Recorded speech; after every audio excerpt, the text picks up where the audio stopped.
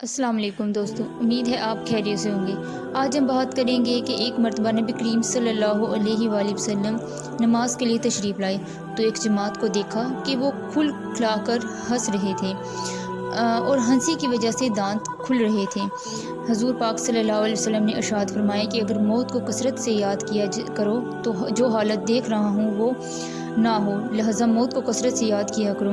قبر پر کوئی دن ایسا نہیں گزرتا جس میں وہ یہ آواز نہ دیتی ہو کہ میں بیگانگی کا گھر ہوں، تنہائی کا گھر ہوں، مٹی کا گھر ہوں، کیڑوں کا گھر ہوں۔ جب مومن قبر میں رکھا جاتا ہے تو وہ کہتی ہے کہ تیرا آنا مبارک ہے، بہت اچھا کیا تو آ گیا۔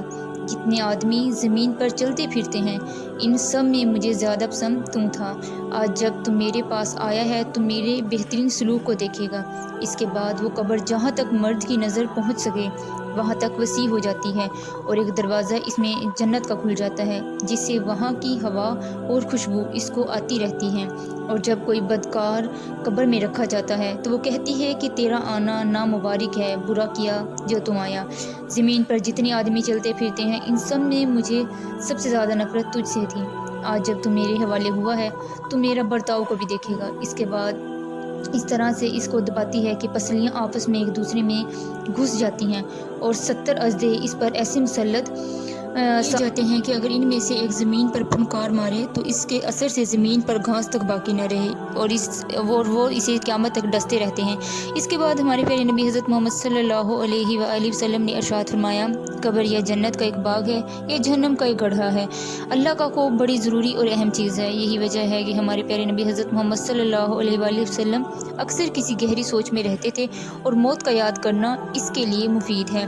اسی لیے ہمارے پیارے نبی حضرت محمد صلی اللہ علیہ وسلم نے یہ نسخہ ارشاد فرمایا، کبھی کبھی موت کو یاد کرتے رہنا بہت ضروری اور مفید ہے۔ اسی طرح کا ایک اور واقعہ ہے جس میں حضرت حنظلہ رضی اللہ تعالیٰ عنہ کہتے ہیں کہ ایک مرتبہ ہم لوگ حضور پاک صلی اللہ علیہ وآلہ وسلم کے مجلس میں تھے۔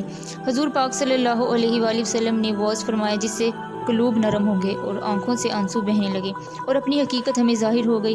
حضور پاک صلی اللہ علیہ وآلہ وسلم کی مجلس سے اٹھ کر میں گھر آیا، بیوی بچے پاس آ گئے اور کچھ دنیا کا ذکر تذکرہ شروع ہو گیا اور بچوں کے ساتھ ہنسنا بولنا، بیوی کے ساتھ مذاق شروع ہو گیا اور وہ حالت جاتی رہی جو نبی کریم صلی اللہ علیہ وآلہ وسلم کی مجلس میں تھی۔ دفتن خیال آیا کہ میں پہلے کس حال میں تھا، اب کیا ہو گیا ہوں۔ میں نے اپنے دل میں کہا تو منافق ہو گیا ہے کہ ظاہر میں حضور پاک صلی اللہ علیہ وآلہ وسلم کے سامنے تو وہ حال تھا اور اب گھر میں آ کر کیا حالت ہو گئی۔ میں اس پر افسوس اور رنج کرتا ہوا اور یہ کہتا ہوا گھر سے نکلا کہ حنظلہ تو منافق ہو گیا ہے۔ سامنے سے ابو بکر صدیق رضی اللہ تعالیٰ عنہ تشریف لا رہے تھے۔ میں نے ان سے عرض کیا کہ حنظلہ تو منافق ہو گیا ہے۔ وہ یہ سن کر فرمانے لگے کہ سبحان اللہ، کیا کہہ رہے ہو، ہرگز نہیں۔ میں نے صورت بیان کی کہ ہم لوگ جب نبی کریم صلی اللہ علیہ وآلہ وسلم کی خدمت میں حاضر ہوتے ہیں اور حضور پاک صلی اللہ علیہ وآلہ وسلم دوزخ اور جنت کا تذکرہ فرماتے ہیں تو ہم لوگ ایسے ہو جاتے ہیں کہ گویا وہ دونوں ہمارے سامنے ہیں۔ جب نبی کریم صلی اللہ علیہ وآلہ وسلم کے پاس سے آ جاتے ہیں تو بیوی بچوں اور جائیداد وغیرہ کے دھندوں میں پھنس کر اس کو بھول جاتے ہیں۔ ابو بکر صدیق رضی اللہ تعالیٰ عنہ نے فرمایا کہ یہ بات تو ہم کو بھی پیش آتی ہے۔ اس لیے دونوں نبی کریم صلی اللہ علیہ وآلہ وسلم کی خدمت میں حاضر ہوئے اور جا کر حنظلہ رضی اللہ تعالیٰ عنہ نے عرض کیا کہ یا رسول اللہ، میں تو منافق ہو گیا ہوں۔